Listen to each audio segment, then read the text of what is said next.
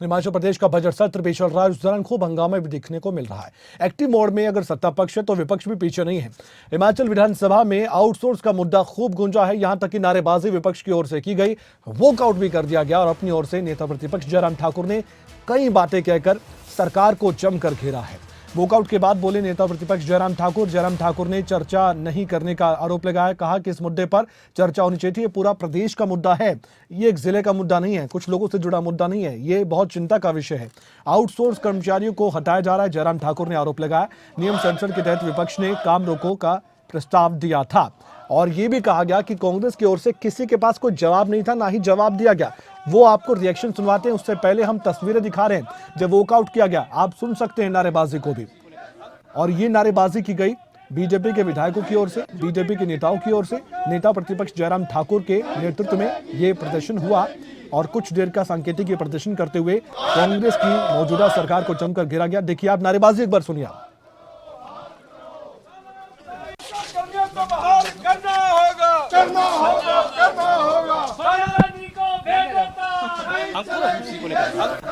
इस मुद्दे पर क्या कहा था जब वो वॉकआउट करके बाहर आ रहे थे बीजेपी के विधायकों के साथ, सुनिए। लेकिन वर्तमान सरकार ने बहुत जल्दी 3 महीने के कार्यकाल में बड़ी संख्या में जो आउटसोर्स में कर्मचारी लगे हैं उनको हटाने की प्रक्रिया शुरू कर दी है। हजारों की तादाद में इस वक्त आउटसोर्स कर्मचारियों को हटा दिया गया है। उनका भविष्य अधर में है। जो अपने 2 वक्त की रोजी का गुजारा उस नौकरी के माध्यम से करते थे और विशेष तौर से कोविड के दौर में जिन्होंने अपने जीवन को जोखिम में डाल करके काम किया, उनको भी हटा दिया।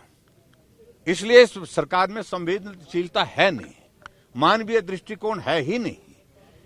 सिर्फ राजनीतिक मकसद के साथ सारी चीजें कर रहे हैं और इसलिए हमने आज तय किया कि नियम शासन के अंतर्गत ही आज विधानसभा के सत्र में काम रोको प्रस्ताव लाएंगे। हमने प्रस्ताव लाया और कांग्रेस पार्टी की सरकार की ओर से भी कोई जवाब इसमें देने की हिम्मत नहीं कर पाया। और इसी पर ज्यादा जानकारी के लिए, बातचीत करने के लिए, चर्चा के लिए हमारे साथ जुड़ चुके हैं इस समय सीधा शिमला से हमारे ब्यूरो प्रदीप ठाकुर। प्रदीप, ये आउटसोर्स का मुद्दा खूब गूंजा है और विपक्ष ने इसे तेज धार तरीके से मुद्दा बनाकर सीधा निशाना साधा है कांग्रेस पार्टी पर, कांग्रेस की सरकार पर। एक बार बताएंगे मुद्दा क्या है, क्यों गूंज रहा है इतना मुद्दा, कांग्रेस को क्यों घेरा जा रहा है? जबकि आउटसोर्स की बात करें तो अभी पिछले दिनों भी हमने देखा कुछ आउटसोर्स कर्मी भी सरकार से गुहार लगाने आए थे शिमला में ही।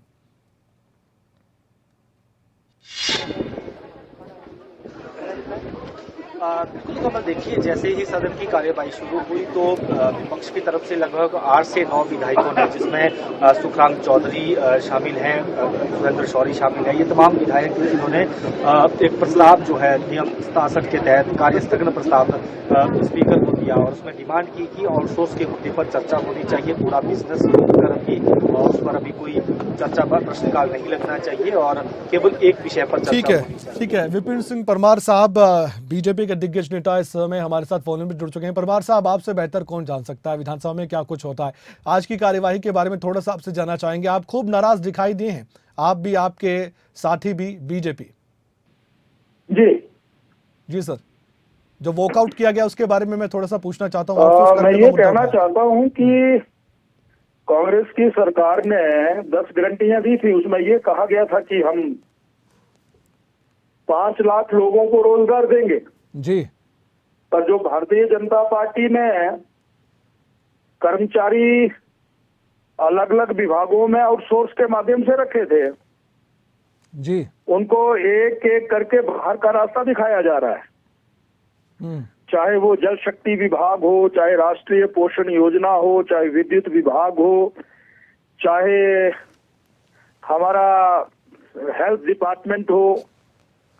और मैं ये भी कहना चाहता हूं कि 2020 मार्च के बाद जब कोरोना इस देश में और पूरी दुनिया में फैला था तो अलग अलग मेडिकल कॉलेजेस में और अन्य संस्थानों में स्टाफ नर्सेज रखी गई थी, सफाई कर्मचारी रखे गए थे, वार्ड बॉयज रखे गए थे, सिक्योरिटी गार्ड्स रखे गए थे।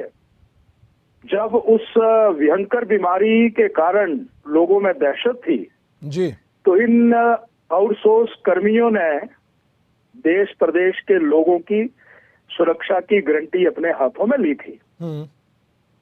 और ऐसे कर्मियों को कोरोना समाप्त होने के बाद वॉरियर्स की संख्या भी दी गई थी, योद्धा की संख्या दी गई थी, उनको सम्मानित किया गया था जी तो यह सुखू सरकार सम्मानित करना तो दूर की बात रही, जी अध्यादेश जारी हो रहे हैं और उनको बाहर का रास्ता दिखाया जा रहा है।